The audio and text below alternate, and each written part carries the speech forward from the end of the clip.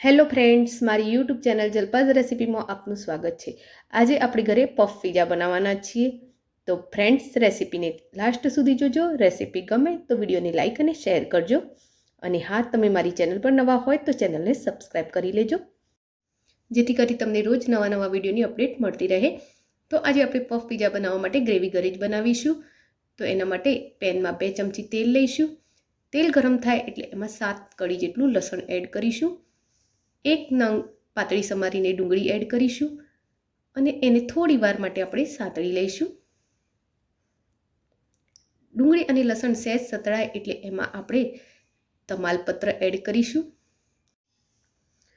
7 થી 8 કાળા મરી અને 1 મોટું સમારેલું ટામેટું એડ કરીશું। તો ટામેટાને પાતળું સમારી અને એડ કરવાનું છે। આ ગ્રેવી હું 4 પિઝા માટે બનાવી રહી છું। જો તમારે વધારે પિઝા બનાવવા હોય તો ટામેટા, ડુંગળી અને લસણની માત્રાને થોડી વધારી દેવી।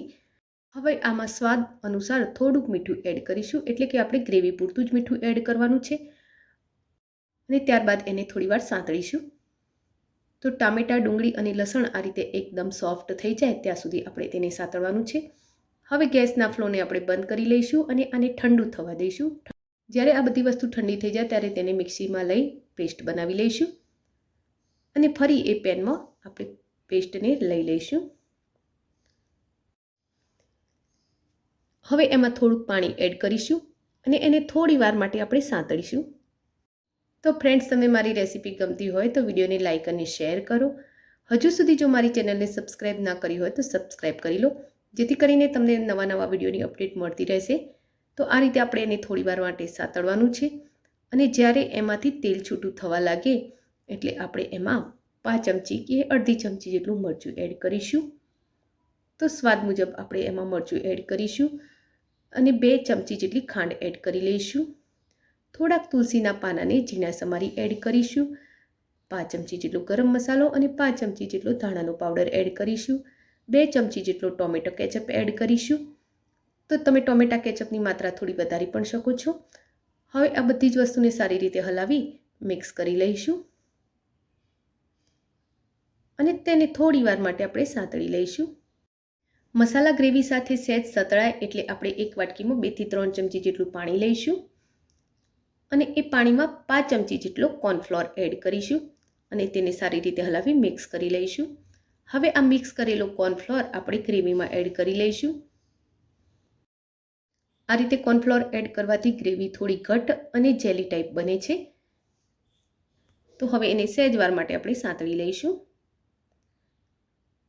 ગ્રેવી આપણી રેડી થઈ ગઈ છે। તો એકવાર એના મસાલા ટેસ્ટ કરી લઈએ। તો અહીં મારી ગ્રેવી એકદમ સરસ બની છે। જેમ જેમ ગ્રેવી ઠંડી થતી જશે તેમ તેમ સહેજ ઘટ થતી જશે। તો ગેસના ફ્લોને હવે બંધ કરી લઈશું અને ગ્રેવીને આપણે એક બાઉલમાં કાઢી લઈશું। હવે પફ પિઝા માટે આપણે બેઝ લઈ લઈશું। તો આ રીતે બેઝ મેં બેક કરીને રાખેલો છે।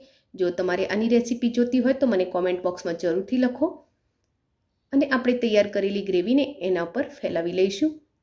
હું ક્યારેય પિઝા ઉપર પિઝા સોસ નથી લગાવતી, બસ આ રીતે તૈયાર કરેલી ગ્રેવી યુઝ કરું છું અને મારા બાળકોને આ ગ્રેવી બહુ જ ભાવે છે। તો બસ એનું આ રીતે આપણે એક લેયર બનાવી લઈશું। તો આ પફનો બેઝ એકદમ પહેલેથી જ ક્રિસ્પી કરી લીધેલો છે। હવે એના ઉપર આપણે ચીઝ ભભરાવી લઈશું। તો તમે મોઝરેલા ચીઝ પણ વાપરી શકો છો અને આ રીતે સાદું ચીઝ પણ વાપરી શકો છો। હવે એને ઉપરથી ડેકોરેટ કરવા માટે ટામેટાના ઝીણા સમારેલા પીસ મૂકી દઈશું।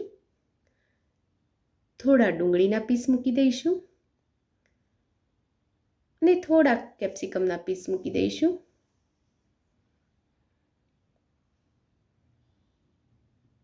આના પર તમે ઓલિવ્સ અને સ્વીટ કોર્ન પણ મૂકી શકો છો। તો આ રીતે આપણે ડેકોરેટ કરી લઈશું। મેં કઢાઈને ગેસ પર પહેલેથી પ્રીહીટ થવા મૂકી દીધી હતી। તો બસ આ રીતે એમાં નીચે મીઠું મૂકીશું અને એના પર સ્ટેન્ડ મૂકી દઈશું અને સ્ટેન્ડ ઉપર આ રીતે આપણે કાણાવાળી જાળી મૂકીશું।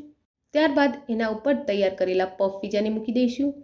ચીલી ફ્લેક્સ નાખવાની રહી ગઈ છે તો એ ભભરાવી લઈશું અને એની સાથે સાથે આપણે એના ઉપર ઓરેગનો પણ નાખી દઈશું। હવે એને ઢાંકી આપણે 5 મિનિટ માટે બેક થવા દઈશું. ગેસના ફ્લોને આપણે થોડો ફૂલ જ રાખીશું અને 5 મિનિટ પછી આપણો પીઝો એકદમ પરફેક્ટ બેક થઈ રેડી થઈ ગયો છે.